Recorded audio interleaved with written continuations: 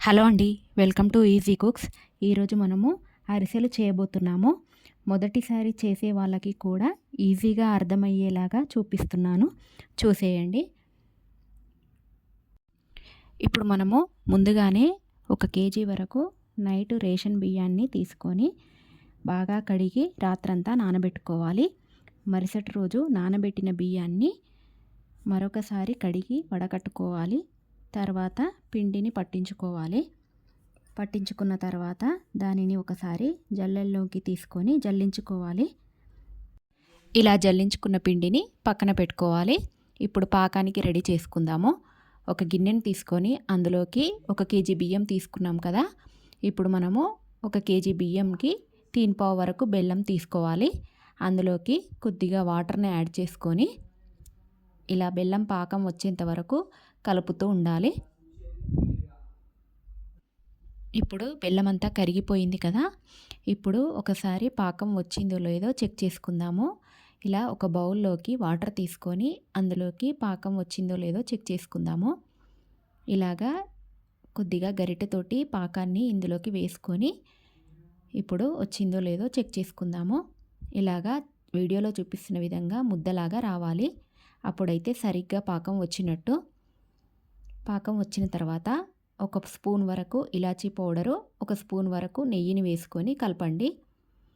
తర్వాత ఇందులోకి పట్టించిన బియ్యాన్ని కూడా ఇందులోకి కొద్దిగా వేసుకుంటూ బాగా కలపాలి. ఇలాగా కొంచెంగా వేసుకుంటూ కలుపుతూ ఉండాలి. ఇలాగా మొత్తం పిండిని కూడా వేసుకొని దగ్గర పడేంత వరకు చూసుకొని ఇలాగా ఈ కన్సిస్టెన్సీలో ఉండేంత వరకు కలపాలి పిండిని. తర్వాత 1 స్పూన్ వరకు నెయ్యిని వేసుకొని మొత్తం అప్లై చేసి పక్కన పెట్టుకోవాలి. ఇది చల్లారేంత వరకు ఒక హాఫ్ అన్ అవర్ వెయిట్ చేయాలి.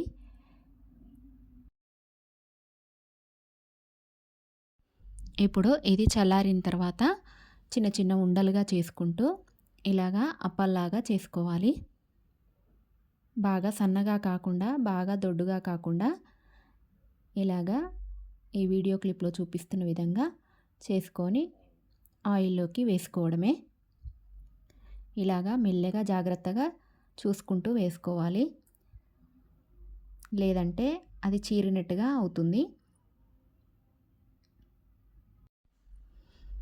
ఇలాగా అటు ఇటు కాలేలాగా మంచి గోల్డెన్ కలర్ వచ్చేంత వరకు ఉంచి పక్కకి తీసుకోవాలి.